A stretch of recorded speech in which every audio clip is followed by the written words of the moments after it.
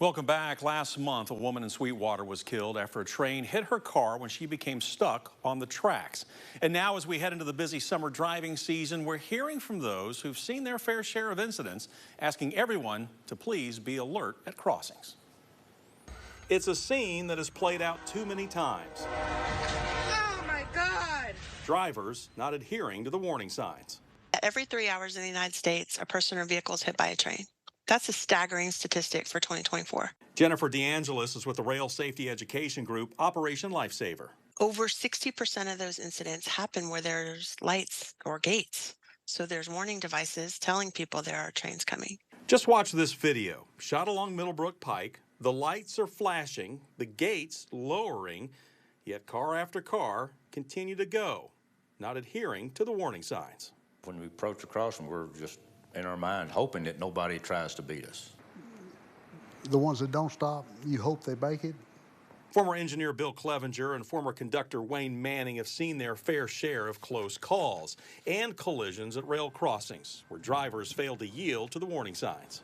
There's only one thing you can do is just apply the brakes and hope and pray that the person either makes it or stops before they go too far. Numbers show that to date, Tennessee ranks 12th nationally for highway rail grade crossing collisions. More specifically, in 2023, there were 56 collisions statewide, resulting in 9 deaths and 16 injuries. When you first become an engineer or on the train crew, every car pulls up, you're just scared to death they're going to pull up front of you. You know, I'm standing up looking out the window, hoping I don't see no car spinning off the track. Believe me, I've hit quite a few cars. You feel nothing.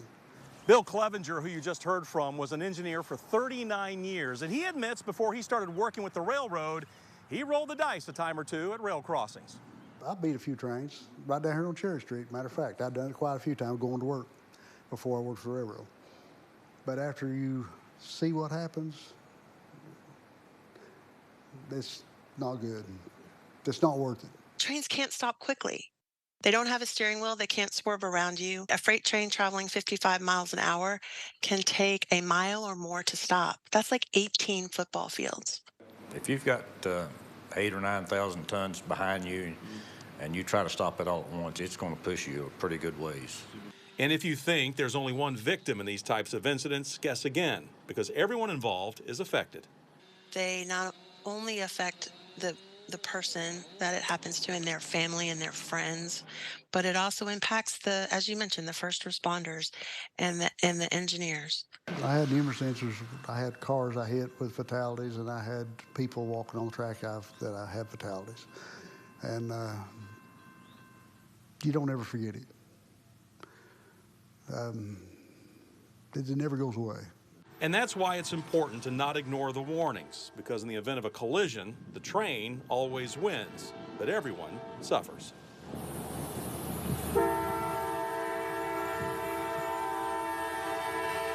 Thing you can do if you find yourself stuck on the tracks or see someone who is, look for this blue sign. They're posted at each crossing. Matter of fact, there is a phone number. There's also a US DOT number specific to that location.